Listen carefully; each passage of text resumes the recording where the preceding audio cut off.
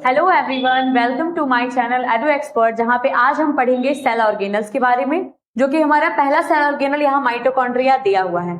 उसके पहले हमें ये जानना पड़ेगा कि सेल ऑर्गेनल्स होते क्या हैं। तो लिखा हुआ है कि it is a specialised structure which perform distinct functions necessary for cell survival and proper functioning. जैसे कि हम ऐसे एग्जांपल से समझ सकते हैं, जैसे हमारी बॉडी में छोटे छोटे ऑर्गन्स हैं जो कि डिफरेंट फंक्शंस को परफॉर्म करते हैं, वैसे ही सेल के अंदर जो छोटे छोटे ऑर्गन्स हैं उन्हीं छोटे छोटे ऑर्गन्स को हम लोग सेल ऑर्गेनल्स बोलते हैं। अब यहाँ पे हमारा लिखा हुआ है कि there are several organs present in the cells called cell organelle. Cell के अंदर जो भी छोटे छोटे ऑर्गन्स हैं उन्हीं को हम लोग सेल ऑर्गेनल्स बोलते हैं। ओके, फर्स्ट सेल ऑर्गेनल यहाँ पे गिवन है माइटोकॉन्ड्रिया। माइटो मीन्स होता है थ्रेड एंड कॉन्ड्रियन मीन्स होता है ग्रैनुअल और स्मॉल ग्रेन लाइक स्ट्रक्चर। तो बेसिकली अगर हम लोग माइटोकॉन्ड्रिया को देखेंगे ना, तो ये थ्रेड और छोटे छोटे ग्रैनुअल्स से मिलके बना हुआ है, ठीक है, इसीलिए इसका नाम माइटोकॉन्ड्रिया है। ठीक है, सबसे पहले साइंटिस्ट जो कि माइटोकॉन्ड्रिया के बारे में हमें बताए थे उनका नाम है कार्ल बेंटा, और उन्होंने इसकी डिस्कवरी बेसिकली 1898 में की थी। तो 1898 में कार्ल बेंडा नाम के पर्सन थे जिन्होंने हमें माइटोकॉन्ड्रिया के बारे में बताया था। सबसे पहले बताने वाले साइंटिस्ट यही है। नेक्स्ट है, it is found in both plant cells and animal cells. जो माइटोकॉन्ड्रिया होता है ये जितने भी यूकैरियोटिक सेल्स होते हैं, eukaryotic cells means developed cells, तो जितनी भी डेवलप्ड सेल्स होते हैं चाहे वो प्लांट्स के हों या फिर वो एनिमल्स के हों, उन दोनों के पास माइटोकॉन्ड्रिया प्रेजेंट होता है। ठीक है, नेक्स्ट है, it is a rod shaped structure surrounded by a double membrane. जो माइटोकॉन्ड्रिया होता है, अगर इसका स्ट्रक्चर हम देखें तो ये रॉड शेप का होता है। ठीक है, रॉड शेप का होगा और इसके पास दो मेम्ब्रेन होता है, डबल मेम्ब्रेनस होता है। एक मेम्ब्रेन होता है आउटर और एक मेम्ब्रेन होता है इनर। ओके, अब हम माइटोकॉन्ड्रिया के स्ट्रक्चर को थोड़ा डिटेल में जानेंगे। यहाँ पे डायग्राम गिवन है, ये जो सबसे आउटर रीजन है, इस आउटर रीजन को हम लोग बोलते हैं आउटर मेम्ब्रेन। ओके, नेक्स्ट है हमारा इसका जो इनर वाला, ये वाली जो लाइन है, ये है इसका इनर मेम्ब्रेन। ओके, अब इस इनर मेम्ब्रेन के अंदर यही इनर मेम्ब्रेन कभी कभी फोल्ड हो जाता है। देखिए, ये जो इनर मेम्ब्रेन है ना, यही इनर मेम्ब्रेन कभी कभी फोल्ड हो जाता है, और फोल्ड होने के बाद ये जो स्ट्रक्चर बनाता है उस स्ट्रक्चर को हम लोग बोलते हैं क्रिस्टल। ठीक है, आउटर मेम्ब्रेन बाहर का रीजन, इनर मेम्ब्रेन ये जो यहाँ पे ये इनर स्ट्रक्चर दिख रहा है इसे बोलेंगे, और ये जहां जहां पे फोल्ड हो जाता है इनर मेम्ब्रेन उसी स्ट्रक्चर को बोलते हैं क्रिस्टल। ओके, डीएनए एक ऐसा सेल ऑर्गेनल है जिसके पास अपना खुद का डीएनए होता है। ठीक है, तो ये एक ऐसा सेल ऑर्गेनल है जो अपना खुद का डीएनए कैरी करता है। DNA means deoxyribonucleic acid. तो माइटोकॉन्ड्रिया के पास अपना खुद का डीएनए है जो कि यहाँ पे और यहाँ पे शो कर रहा है। अब जो आउटर मेम्ब्रेन और इनर मेम्ब्रेन के बीच का जो स्पेस होता है, आउटर मेम्ब्रेन और इनर मेम्ब्रेन के बीच का जो ये स्पेस है, बेसिकली इस स्पेस को हम बोलते हैं इंटर मेम्ब्रेनल स्पेस। ठीक है, वो एक तरीके से आउटर मेम्ब्रेन और इनर मेम्ब्रेन को सेपरेट करने के लिए बीच में जो जगह बचती है ना, उसी जगह को हम लोग इंटर मेम्ब्रेनल स्पेस बोलते हैं। उसके बाद यहाँ पे आप लोग देख रहे होंगे ये ग्रेन जैसे स्ट्रक्चर्स दिख रहे होंगे, इस ग्रेन जैसे स्ट्रक्चर्स को हम लोग बोलते हैं राइबोसोम्स। और अभी हम लोग आगे और डिटेल में पढ़ेंगे। बेसिकली राइबोसोम्स का मेन फंक्शन होता है कि राइबोसोम्स प्रोटीन का सिंथेसिस करते हैं। ठीक है, तो यहाँ पे माइटोकॉन्ड्रिया के पास अपना खुद का डीएनए भी है और इसके पास अपना खुद का राइबोसोम्स भी है। ठीक है, नेक्स्ट है, यहाँ पे आप देख रहे होंगे कुछ डॉटेड स्ट्रक्चर्स दिख रही हैं, और ये डॉटेड स्ट्रक्चर्स को हम लोग बोलते हैं F0 या F1 पार्टिकल्स, जो कि बेसिकली एटीपीएस कहलाते हैं। ठीक है, अब हम देख लेंगे कि पहले ये एटीपी का मतलब क्या होता है। एटीपी का मतलब होता है एडिनोसाइन ट्राइफॉस्फेट। एडिनोसाइन ट्राइफॉस्फेट जो होता है ना, ये हमें जो एनर्जी मिलती है वो हमेशा एटीपी के फॉर्म में मिलती है। तो जो एटीपी है उसको हम लोग energy currency of the cells भी बोलते हैं। ठीक है, तो यहाँ पे जो माइटोकॉन्ड्रिया है, माइटोकॉन्ड्रिया को हम लोग power house of the cell बोलते हैं, क्योंकि सेल का एक तरीके से जो पावर जनरेटिंग जो सिस्टम होता है ना, जो पूरे सेल को एक तरीके से एनर्जी देता है, वो सेल को एनर्जी देने का मेन काम होता है माइटोकॉन्ड्रिया का। ठीक है, जैसे हम लोग अपने घरों में रहते हैं, हमें लाइट मिलती है, तो लाइट हमें कहाँ से मिलती है? हमारे घर के कहीं आसपास कोई पावर प्लांट है, वो पावर प्लांट लाइट सप्लाई करता है, तो हमें बेसिकली एनर्जी लाइट एनर्जी मिलती है और उससे हम अपने घर में आराम से वर्क कर पाते हैं। ऐसे ही जो सेल होता है, सेल को भी एनर्जी की नीड है, और सेल का जो एनर्जी करेंसी होता है ना, मतलब बेसिकली जो एनर्जी देने वाला ऑर्गेनल है वो है ये माइटोकॉन्ड्रिया। तो ये माइटोकॉन्ड्रिया हमेशा सेल को एनर्जी देता रहता है, और एनर्जी देने के लिए इसके पास ये F0 और F1 पार्टिकल्स हैं जिनको हम लोग एटीपीज बोलते हैं, और ये एनर्जी प्रोवाइड करते हैं बेसिकली सेल को। अब हम लोग थोड़ा डिटेल में देखेंगे, यहाँ पे आउटर मेम्ब्रेन के बारे में दिया हुआ है। It is smooth and permeable to small molecules and ion.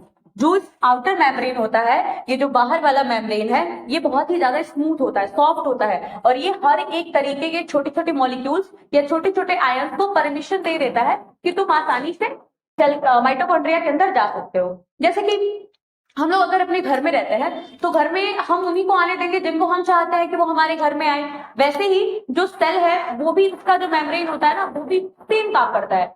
जिसको वो चाहेगा कि उसके घर में वो आए उसको ही परमिशन देगा, अदरवाइज बाकी मटेरियल्स को परमिशन नहीं देता है। तो सेल मेम्ब्रेन भी परमिएबल नेचर का होता है, उसको अगर रहेगा कि हाँ ये हमारे लिए इंपॉर्टेंट है तो उसको परमिशन देगा, अदरवाइज नहीं देगा। न्यूक्लियर मेम्ब्रेन भी सेम काम करता है, और यहाँ पे जो माइटोकॉन्ड्रिया का जो आउटर मेम्ब्रेन है ये भी सेम वर्क करता है। तो बेसिकली ये स्मूथ नेचर का होता है, परमेबिलिटी दे देता है, और साथ ही साथ छोटे छोटे मॉलिक्यूल्स और आयंस को आने का सही तरीके से परमिशन दे देगा कि वो आसानी से आ सकता है माइटोकॉन्ड्रिया के अंदर। नेक्स्ट है, it contains protein called prions that forms channel for molecule transport. अब अगर ये मॉलिक्यूल्स का ट्रांसपोर्ट माइटोकॉन्ड्रिया के अंदर करा रहा होता है तो बेसिकली हम ये कह सकते हैं ना कि जो आउटर मेम्ब्रेन है इसके पास एक स्पेशल प्रोटीन है, ठीक है, और वो स्पेशल प्रोटीन का नाम है ये प्रियॉन्स, ठीक है। ये प्रियॉन्स क्या करते हैं ना, यहाँ पे कुछ चैनल्स बनाते हैं, ठीक है, कुछ ऐसा कंडक्टिंग चैनल बनाते होंगे, और ये कंडक्टिंग चैनल जो होते हैं ये बाहर के मॉलिक्यूल को अंदर आने के लिए रास्ता देते हैं, ठीक है। तो आउटर मेम्ब्रेन स्मूथ नेचर का है, परमिएबल है, छोटे छोटे मॉलिक्यूल्स और आयन को आने की परमिशन भी दे रहा है। इसके साथ साथ इसके पास स्पेशल प्रोटीन है, जिस प्रोटीन को बोलते हैं प्रियॉन्स, और ये प्रियॉन्स जो होते हैं वो चैनल बनाते हैं ताकि मॉलिक्यूल्स अंदर आसानी से आ सके। एक तरीके से कह देंगे कि ये पाथवे दे देता है, ठीक है। नेक्स्ट हमारा है इनर मेम्ब्रेन। लिखा है it is folded into a structure called cristae. अभी तक से हम लोग यहाँ पे डायग्राम में डिस्कस कर रहे थे, तो मैंने बताया कि जो इसका इनर मेम्ब्रेन होता है, ये इनर मेम्ब्रेन फोल्डेड होता है, और जहां जहां से ये फोल्डेड होगा ना, उस फोल्डेड रीजन को हम लोग बोलते हैं क्रिस्टे। तो inner membrane of mitochondria folds and form a structure called cristae. Okay, next है, it increases surface area for production of energy. जो इनर मेम्ब्रेन होता है, इनर मेम्ब्रेन ज्यादा सरफेस एरिया प्रोवाइड करता है। ज्यादा सरफेस एरिया प्रोवाइड करेगा तो बेसिकली वहां पे सेलुलर रेस्पिरेशन ज्यादा होगा, और इसकी वजह से एनर्जी का जो प्रोडक्शन है वो भी ज्यादा होगा, ठीक है। अब यहाँ पे थर्ड स्ट्रक्चर दिया हुआ है जिसे हम बोलेंगे इंटर मेम्ब्रेनल स्पेस। अभी हम लोग डायग्राम में भी डिस्कस किए थे कि आउटर मेम्ब्रेन और इनर मेम्ब्रेन के जो बीच का स्पेस होता है, the space between outer membrane है इनर मेम्ब्रेन, शॉर्ट फॉर्म में है आउटर मेम्ब्रेन है इनर मेम्ब्रेन। तो आउटर मेम्ब्रेन और इनर मेम्ब्रेन के बीच की जो जगह होती है उसे हम लोग बोलते हैं इंटर मेम्ब्रेनल स्पेस। ओके, अब हम फोर्थ टॉपिक पढ़ेंगे जो कि माइटोकॉन्ड्रिया का है, components of mitochondria matrix. Okay, matrix में हम यहाँ देख सकते हैं कि जो यहाँ पे माइटोकॉन्ड्रिया में जो इनर डॉटेड स्ट्रक्चर्स हम देख रहे हैं, ये इनर डॉटेड स्ट्रक्चर्स है मैट्रिक्स, ठीक है। यहाँ लिखा भी हुआ है कि the inner components, the inner compartment filled with a gel like substance called matrix। जो माइटोकॉन्ड्रिया का अंदर का जो कंपार्टमेंट है, जो अंदर का जगह है, ये बेसिकली जिस जेल जैसे सब्सटेंसेस से जो फिल्ड रीजन हमें दिख रहा है ना, यही जेल जैसे मटेरियल से फिल्ड रीजन को हम मैट्रिक्स बोलते हैं, ठीक है। ओके, नेक्स्ट है, it contains enzymes mitochondrial DNA, इसको हम लोग एम्प्टी डीएनए भी लिख सकते हैं, एम्प्टी डीएनए एंड राइबोसोम्स। तो जो मैट्रिक्स होता है ये एंजाइम्स को कैरी करता है, कुछ स्पेशल एंजाइम्स जो कि सेलुलर रेस्पिरेशन में हेल्प करती हैं। माइटोकॉन्ड्रियल डीएनए को भी कैरी करता है, क्योंकि हम जानते हैं कि ये जो माइटोकॉन्ड्रिया है ये एक स्पेशल ऑर्गेनल है जिसके पास अपना खुद का डीएनए होता है। और नेक्स्ट है हमारा राइबोसोम्स जो कि प्रोटीन सिंथेसिस करता है। तो ये तीनों मटेरियल्स को कैरी करने वाला जो मेन रीजन है वो है मैट्रिक्स। नेक्स्ट है फंक्शंस ऑफ माइटोकॉन्ड्रिया। माइटोकॉन्ड्रिया का फंक्शन क्या होता है, तो लिखा है कि it is a sites of cellular respiration and involved in the formation of energy rich molecules called ATP. तो जो हमारा माइटोकॉन्ड्रिया है ना, इसको हम लोग power house of the cell बोलते हैं। तो power house of the cell हम इसको इसलिए बोलते हैं ना, क्योंकि इसके अंदर होता है सेलुलर रेस्पिरेशन, और सेलुलर रेस्पिरेशन में हमेशा ग्लूकोज का ब्रेकडाउन होता है in the presence of oxygen. तो जो यहाँ पे सेलुलर रेस्पिरेशन है ये ऑक्सीजन के प्रेजेंस में होगा। ऑक्सीजन के प्रेजेंस में जो ये ग्लूकोज कैरी करेगा वो ग्लूकोज टूटेगा और एनर्जी देगा, और बेसिकली यही प्रोसेस हमारा सेलुलर रेस्पिरेशन कहलाता है। तो सेलुलर रेस्पिरेशन करने के बाद ये एनर्जी रिच मॉलिक्यूल्स बनाते हैं जिनको बोलते हैं एटीपी, और एटीपी को इसीलिए energy currency of the cells भी बोलते हैं। उसके बाद लिखा है it help in the metabolism of carbohydrate, lipids and amino acids. जो माइटोकॉन्ड्रिया होता है ये सिर्फ power house of the cell ही नहीं है, मतलब ये सिर्फ एक एनर्जी देने का ही काम नहीं करता, इसके साथ साथ ये कार्बोहाइड्रेट का भी मेटाबॉलिज्म करता है, उसके रेट को मेंटेन करेगा, लिपिड्स के भी रेट को मेंटेन करेगा, और अमीनो एसिड्स को भी। बेसिकली हम जानते हैं कि अमीनो एसिड्स जो होती हैं ये बिल्डिंग ब्लॉक ऑफ प्रोटीन होती हैं। प्रोटीन एक न्यूट्रिएंट है, और प्रोटीन्स को बनाने के लिए जो सबसे छोटे छोटे जो मॉलिक्यूल्स लगते हैं ना, बेसिकली वो अमीनो एसिड्स के होते हैं। तो ये अमीनो एसिड आगे चल के प्रोटीन बना देता है, ठीक है। इन सबके मेटाबॉलिज्म को रेगुलेट करने का काम माइटोकॉन्ड्रिया का है, ठीक है। अब नेक्स्ट पॉइंट है it helps to regulate the calcium level in the cells. जो हमारी बॉडी की सेल्स है ना, इन सेल्स में कैल्शियम के लेवल को मेंटेन करने का काम भी माइटोकॉन्ड्रिया का होता है। बेसिकली ये कैल्शियम का स्टोरेज करता है, और साइटोस्केलेटन के मेंटेनेंस में या फ्रेमवर्क देने में जब भी जहां पे भी नीड होता है उसमें वहां पे ये हेल्प करता है, ठीक है। नेक्स्ट है हमारा it involves in the synthesis of certain lipids, hormones and a heme a component of a hemoglobin, ठीक है। तो हमसे ये कह रहा है कि जो माइटोकॉन्ड्रिया होता है ये कुछ स्पेशल जो न्यूट्रिएंट्स है उनका सिंथेसिस भी कराता है। जैसे लिपिड्स है, lipids is a form of fat. Hormones है, हॉर्मोन्स भी एक तरीके की एंजाइम सी होती है जो कि टारगेट ऑर्गन के लिए सिक्रेट होती हैं, और उसके साथ साथ हीम को भी ये सिक्रेट करता है, सिंथेसिस कराता है हीम का। हीम मीन्स आयरन, और हीम आगे चल के हीमोग्लोबिन बनाता है। बेसिकली हीमोग्लोबिन में दो वर्ड्स आते हैं, एक होता है हमारा हीम, हीम मीन्स होता है आयरन, एंड ग्लोबिन मीन्स होता है प्रोटीन,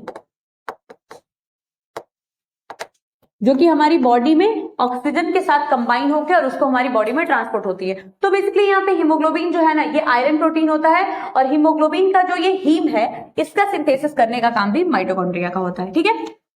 नेक्स्ट पॉइंट है it generate heat instant of ATP in a process called non severing thermogenesis. ये पॉइंट इंपॉर्टेंट है, थोड़ा ध्यान से समझिएगा। इसमें ऐसा कहा जा रहा है कि जो माइटोकॉन्ड्रिया होता है ये हीट का प्रोडक्शन भी करता है।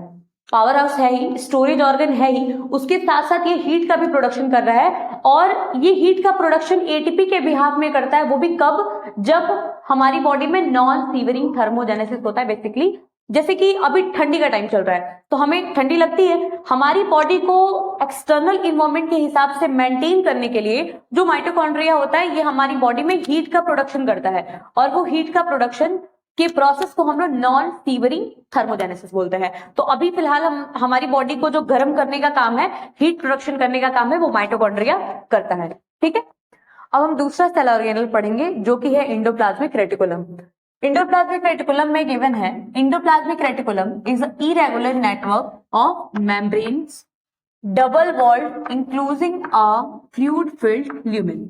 हमसे ये कह रहा है कि जो एंडोप्लाज्मिक रेटिकुलम होता है बेसिकली ये भी डबल मेम्ब्रेनस होता है। जैसे माइटोकॉन्ड्रिया डबल मेम्ब्रेनस है वैसे same to same endoplasmic reticulum भी डबल मेम्ब्रेनस है, और इनमें कुछ फ्लूइड फिल्ड स्पेस भी होता है जिसको हम लोग बेसिकली ल्यूमेन बोलते हैं।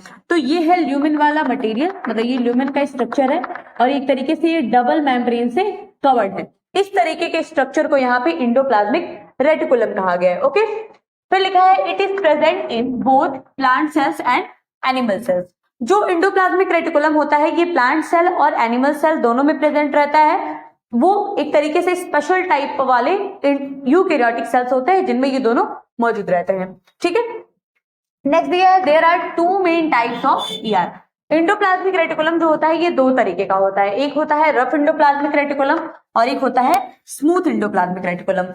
On the presence and absence of ribosomes absence and presence of ribosomes मतलब कि राइबोसोम्स के होने और ना होने की वजह से बेसिकली इस बेसिस पे हम लोग इंडोप्लाज्मिक रेटिकुलम को डिवाइड किए हुए हैं। एक है रफ इंडोप्लाज्मिक रेटिकुलम जिनके पास राइबोसोम्स होते हैं ऑन देयर वॉल, और दूसरा होता है स्मूथ इंडोप्लाज्मिक रेटिकुलम जिनके पास राइबोसोम्स नहीं होते हैं। डायग्राम के बेसिस से समझते हैं। जो इंडोप्लाज्मिक रेटिकुलम होता है ना, ये हमेशा, जैसे सपोज करिए यहाँ पे जो स्ट्रक्चर होगा वो होगा हमारा सेल मेम्ब्रेन, ठीक है, और यहाँ पे जो स्ट्रक्चर होगा ये है सेल मेम्ब्रेन, और यहाँ पे जो स्ट्रक्चर है ये बेसिकली न्यूक्लियर इन्वेलप है। तो आप लोग जानते होंगे, पिछले वीडियो में हम लोगों ने पढ़ा हुआ है कि जो न्यूक्लियर इन्वेलप होता है इसे हम न्यूक्लियर मेम्ब्रेन भी कहते हैं। तो जो इंडोप्लाज्मिक रेटिकुलम है ये न्यूक्लियर मेम्ब्रेन और सेल मेम्ब्रेन के बीच में प्रेजेंट रहता है। इसका जो लोकेशन अगर कहेंगे कि इंडोप्लाज्मिक रेटिकुलम का लोकेशन कहाँ होता है, तो इंडोप्लाज्मिक रेटिकुलम न्यूक्लियर मेम्ब्रेन और सेल मेम्ब्रेन के बीच में होता है, और ये हमेशा न्यूक्लियर मेम्ब्रेन से अटैच होता है। ठीक है, ये हमारा न्यूक्लियर मेम्ब्रेन है, न्यूक्लियर इन्वेलप भी उसे बोलते हैं। तो न्यूक्लियर इन्वेलप से एकदम इंडोप्लाज्मिक रेटिकुलम यहाँ पे अटैच्ड है। उसके बाद हम लोग डायग्राम के हिसाब से जानते हैं कि यहाँ पे जो न्यूक्लियर मेम्ब्रेन होता है इसमें छोटे छोटे पोर्स होते हैं, और इसी पोर्स को हम लोग बोलते हैं न्यूक्लियर पोर, जो कि एक्सचेंज ऑफ मटेरियल में न्यूक्लियस की हेल्प करता है। उसके बाद जो ये हमारा इंडोप्लाज्मिक रेटिकुलम है, आप लोग देख रहे होंगे कि यहाँ पे कुछ मैंने डॉटेड स्ट्रक्चर बनाया हुआ है। ये डॉटेड स्ट्रक्चर्स जो होते हैं ये राइबोसोम्स है। ये डॉटेड स्ट्रक्चर्स राइबोसोम्स है जो कि प्रोटीन का सिंथेसिस करते हैं, और ये राइबोसोम्स जो है वो यहाँ के जितने भी इंडोप्लाज्मिक रेटिकुलम है इन सभी इंडोप्लाज्मिक रेटिकुलम के पास, इन सभी इंडोप्लाज्मिक रेटिकुलम्स के पास ये राइबोसोम्स है। तो बेसिकली ये हमारा रफ इंडोप्लाज्मिक रेटिकुलम होगा। ठीक है, यहाँ पे जो ये हमें स्ट्रक्चर दिख रहा है ये कॉर्नर्स पे बेसिकली ये वाला जो वॉल है इसको बोलते हैं सिस्टर्नी। ठीक है, सिस्टर्नी के अंदर जस्ट जो स्पेस होता है उसको हम लोग बोलते हैं सिस्टर्नल स्पेस। ठीक है, इसी सिस्टर्नल स्पेस में जो लिपिड्स हो गए या फैट हो गया या प्रोटीन हो गया, ये सारे मटेरियल्स इसी सिस्टर्नल स्पेस में रहते हैं। ऊपर ये जो हमें स्ट्रक्चर दिख रहा है ये बेसिकली स्मूथ इंडोप्लाज्मिक रेटिकुलम है जो कि लिपिड्स का सिंथेसिस करता है। ठीक है, तो हमने अभी जाना कि जो इंडोप्लाज्मिक रेटिकुलम होता है वो रफ इंडोप्लाज्मिक रेटिकुलम और स्मूथ इंडोप्लाज्मिक रेटिकुलम, दो इंडोप्लाज्मिक रेटिकुलम्स के टाइप्स हैं। एक प्रोटीन का सिंथेसिस करता है और दूसरा जो है वो लिपिड्स का सिंथेसिस करता है। अब यहाँ पे देखते हैं, लिखा है rough endoplasmic reticulum, the ribosomes are present on the wall of endoplasmic reticulum. ER means endoplasmic reticulum. तो इंडोप्लाज्मिक रेटिकुलम के वॉल पे अगर राइबोसोम्स हैं, ठीक है, इंडोप्लाज्मिक रेटिकुलम के वॉल पे अगर राइबोसोम्स है इसका मतलब वो रफ इंडोप्लाज्मिक रेटिकुलम है। ठीक है, और ये रफ इंडोप्लाज्मिक रेटिकुलम करता क्या है, तो रफ इंडोप्लाज्मिक रेटिकुलम प्रोटीन का सिंथेसिस करता है। ठीक है, प्रोटीन एक न्यूट्रिएंट है, उसका सिक्रीशन करने का काम राइबोसोम्स का होता है, और राइबोसोम्स रफ इंडोप्लाज्मिक रेटिकुलम के वॉल पे हैं, तो हम ऐसा कह सकते हैं कि जो रफ इंडोप्लाज्मिक रेटिकुलम है ये प्रोटीन का सिंथेसिस करता है। ओके, नेक्स्ट है smooth endoplasmic reticulum. Smooth endoplasmic reticulum जो होता है, लिखा है the ribosomes are absent giving it a smooth appearance. जो प्रोटीन होता है ये कॉम्प्लेक्स नेचर का होता है बेसिकली, तो प्रोटीन के होने से रफ इंडोप्लाज्मिक रेटिकुलम का जो नेचर होता है, उनके वॉल जो होते हैं वो भी रफ होते हैं। लेकिन स्मूथ इंडोप्लाज्मिक रेटिकुलम के पास किसी भी तरीके का राइबोसोम्स ही नहीं है, उनके पास राइबोसोम्स नहीं है, तो हम ऐसा कह सकते हैं कि जो रफ इंडोप्लाज्मिक रेटिकुलम का स्मूथ स्ट्रक्चर है बेसिकली वो राइबोसोम्स के न होने की वजह से है। The smooth endoplasmic reticulum synthesise lipids. जो रफ इंडोप्लाज्मिक रेटिकुलम है वो यहाँ पे प्रोटीन सिंथेसिस कर रहा था, लेकिन वहीं पे जो स्मूथ इंडोप्लाज्मिक रेटिकुलम है ये लिपिड्स का सिंथेसिस करता है। It is a form of fat, it is the form of fat, fat का ही फॉर्म है लिपिड्स। तो बेसिकली जो स्मूथ इंडोप्लाज्मिक रेटिकुलम है वो लिपिड्स का सिंथेसिस करता है। ठीक है, अब हम लोग इनके फंक्शंस को जान लेते हैं कि इंडोप्लाज्मिक रेटिकुलम का फंक्शन क्या होता है। लिखा है endoplasmic reticulum provide mechanical support to the cytoplasm. जो इंडोप्लाज्मिक रेटिकुलम होता है कि पूरे सेल के साइटोप्लाज्म में एक तरीके से मैकेनिकल स्ट्रेंथ देता है। जैसे साइटोस्केलेटन का फंक्शन होता है वैसे ही फंक्शन इंडोप्लाज्मिक रेटिकुलम भी करते हैं, एक तरीके से मैकेनिकल स्ट्रेंथ देते हैं हमारे पूरे सेल को। नेक्स्ट है कि it serves as a pathway for the distribution of materials.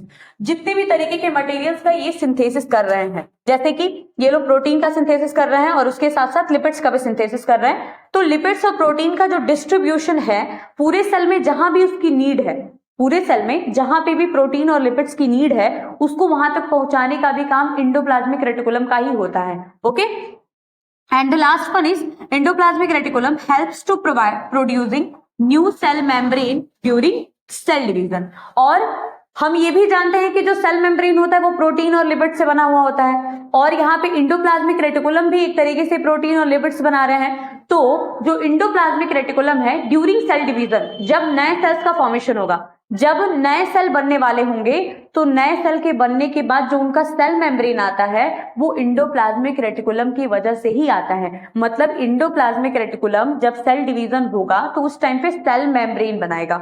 Okay, तो यहां पे जितनी चीजें थी ये लोग हम लोग समझ चुके हैं। अब थर्ड सेल ऑर्गेनल हम पढ़ेंगे जो कि है यहाँ पे गोल्जी बॉडीज।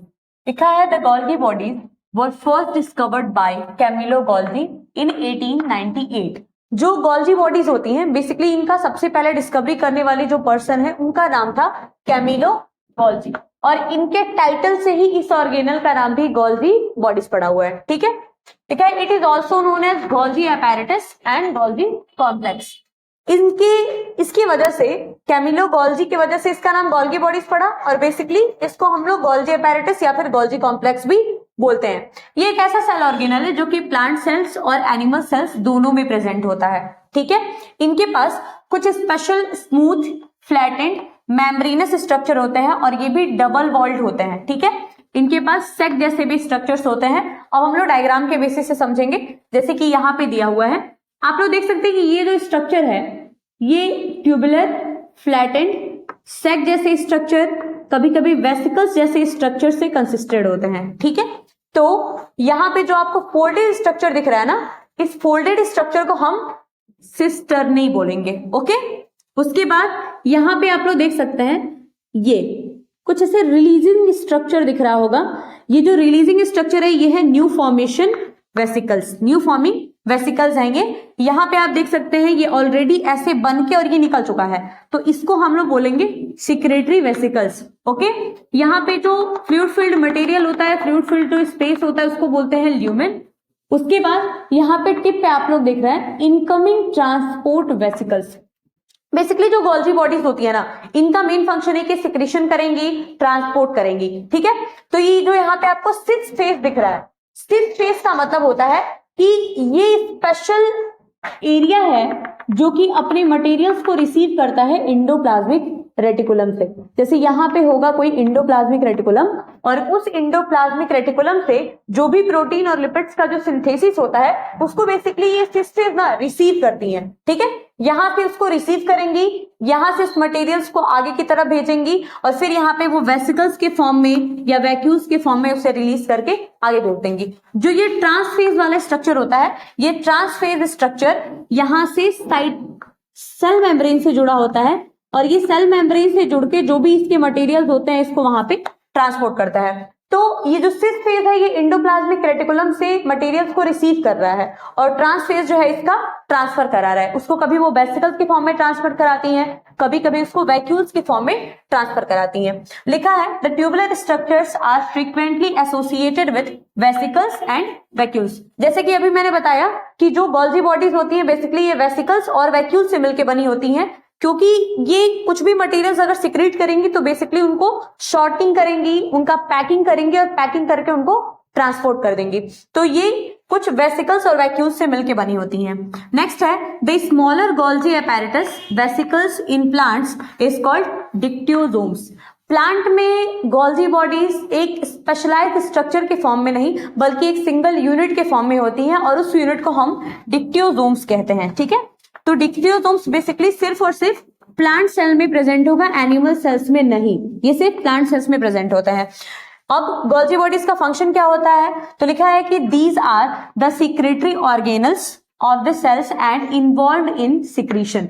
ये जो गोल्जी बॉडीज होती हैं ये सिर्फ और सिर्फ मटेरियल्स के सिक्रीशन में हेल्प करती हैं, और मटेरियल का सिक्रीशन कराने के बाद उनको बाद में पैक करके ट्रांसपोर्ट कर देती हैं। जैसे इनके मटेरियल्स कुछ एंजाइम्स होते हैं, कुछ हार्मोन्स हो सकते हैं, या लिपिड्स हो सकता है, या प्रोटीन हो सकता है। तो इन सारे मटेरियल्स का ये सिक्रीशन करने के बाद उनको पैक करती हैं और पैक करके ट्रांसफर कर देती हैं। लास्ट दिया हुआ है कि it also help in the formation of lysosomes by packing enzymes. ये किसी भी मटेरियल को अगर ट्रांसपोर्ट कराना है तो उस मटेरियल को ये शॉर्टिंग करेंगी, इनका पैकिंग करेंगे और पैक करके और पूरे सेल में कहीं पे भी ट्रांसफर कराती हैं। तो जो गोल्जी बॉडीज होती है ना, ये कुछ स्पेशल एंजाइम्स को एक तरीके से पैक करती हैं और पैक करने के बाद ये एक स्पेशल स्ट्रक्चर का भी फॉर्मेशन करती हैं जिसको हम बोलते हैं लाइसोसोम्स। और लाइसोसोम्स को हम लोग आगे की वीडियो में पढ़ेंगे। फिलहाल आज की वीडियो में इतना ही। बाकी के टॉपिक्स हम लोग आगे आने वाली वीडियोस में कवर करेंगे। Thank you for watching. Please subscribe my channel. Take care. Bye bye.